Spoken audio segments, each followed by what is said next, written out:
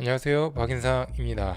오늘 제가 소개해드릴 책 프리드리 니체의 자라투스트라는 이렇게 말했다 라는 책입니다.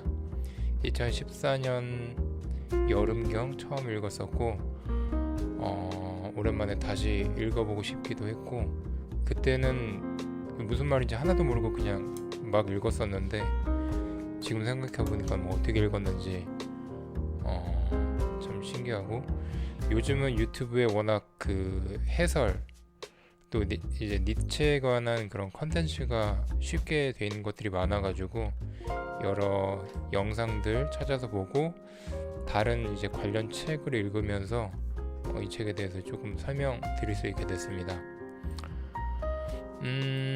나름 신선한 부분들이 있었는데, 일단 저자 프리드리 니체에 대한 소개를 간단하게 말씀드리자면, 어렸을 적 이제 아버지도 좀 일찍 돌아가시고 자신도 그렇게 건강하게 태어난 게 아니라 병약하게 태어나서 뭐 이제 삶에 대한 여러 뭐 회의라던가 고통을 겪던 중에 쇼펜하우의 책을 읽으면서 되게 많은 영향을 받았다고 합니다.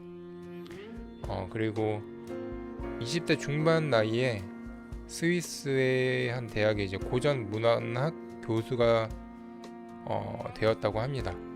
되게 어렸을 때부터 뭔가 천재성을 보였던 것 같고, 대표적인 그의 말 중에는 뭐 신은 죽었다, 나를 죽이지 못하는 고통은 나를 더 강하게 만든다 등이 있습니다. 되게 뭐 임팩트 있는 그런 말들로 유명해진 부분도 있는 것 같습니다.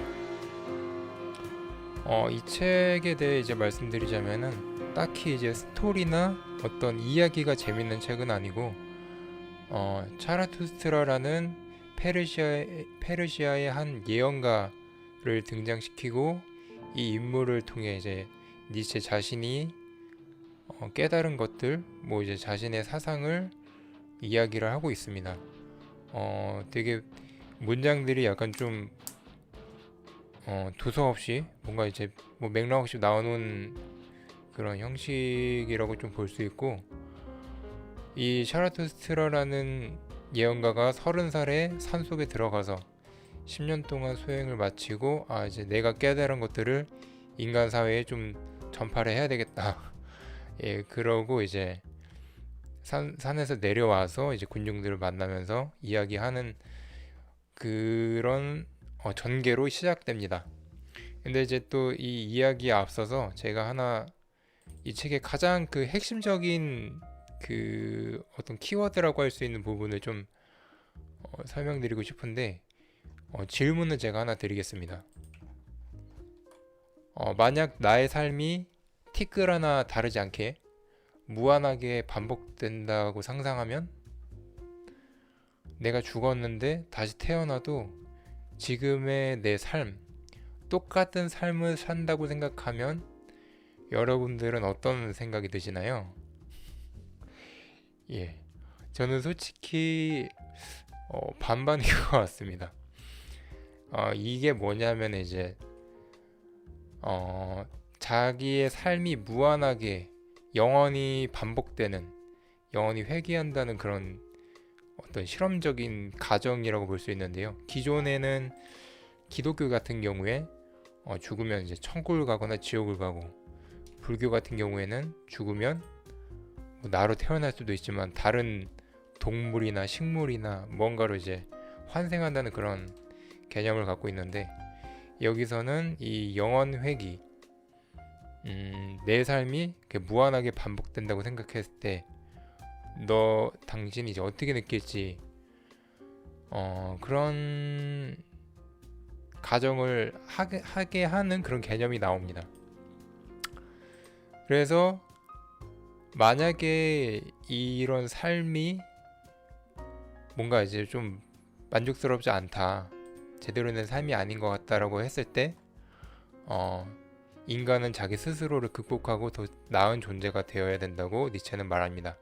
그 개념이 이제 한글 번역으로는 이제 초인으로 번역이 되었는데, 독일어로 위버맨시, 그러니까 이제 자기 자신을 극복한 더 나은 인간이라는 그 개념인데, 이런 말이 나옵니다. 그대들에게 초인을 가르치려 하노라. 인간은 극복되어야 할 그 무엇이다. 그대들은 자신을 극복하기 위해 무엇을 했는가? 지금까지 모든 존재는 자신을 넘어서 그 무엇인가를 창조해 왔다. 그런데도 그대들은 그 거대한 밀물의 한가운데서 썰물이 되기를, 자신을 극복하기보다는 동물로 되돌아가기를 원하는가? 네. 여기서 동물은 제 해석으로는 기존의 이제 관습을 따르고 또 삶을 무의미하게 살아가는 그런 삶의 형태를 어떤 동물적인 삶이라고 말하는 것 같습니다. 그리고 자기 자신을 계속 좀 더 나은 인간, 뭐 어려움과 고통이 있더라도 삶에 어떤 의미를 갖고 살아가는 인간, 또 항상 뭔가 웃고 춤출 수 있는 그런 가볍고 유쾌한 마음을 가진 그런 인간이 될 수 있는 그런 무한한 선택의 순간에서 과연 어떻게 살아가고 있는가? 그러니까 그런 질문을 하게 하는 그런 대목이고, 사실 이런 부분이 되게 핵심적인 내용이라고 하더라고요. 책은 전반적으로 분량이 되게 많은데, 그런 이제 초인이 되어가는 과정은 첫 번째로는 낙타, 두 번째로는 사자, 세 번째로는 아이라고 합니다. 여기서도 이제 좀 내용이 길게 나오는데, 제가 본 바로는 이제 낙타는 인내심이 많은 정신, 기존의 어떤 관습과 어, 사람들이 흔히 말하는 그런 전통적인 좀 틀을 벗어나지 않는 그런 짊어지고 가는 그런 삶이라고 한다면, 이제는 이제 사자, 뭔가 자유를 쟁취하려고 또 이제 사막의 주인이 되고 싶어하는 그런 사자가 되어야 한다고 합니다. 뭔가 너는 해야 한다는 어떤 그런 의무감보다는 나는 원한다 라는 말을 할 수 있는 그런 사자가 되어야 한다고 하고, 그리고 마지막으로는 순진무구하고 항상 뭔가 새로운, 자기 스스로 능동적으로 움직이는 어떤 순수함의 결정체라고 할 수 있는 그런 아이가 되어야 한다고 합니다.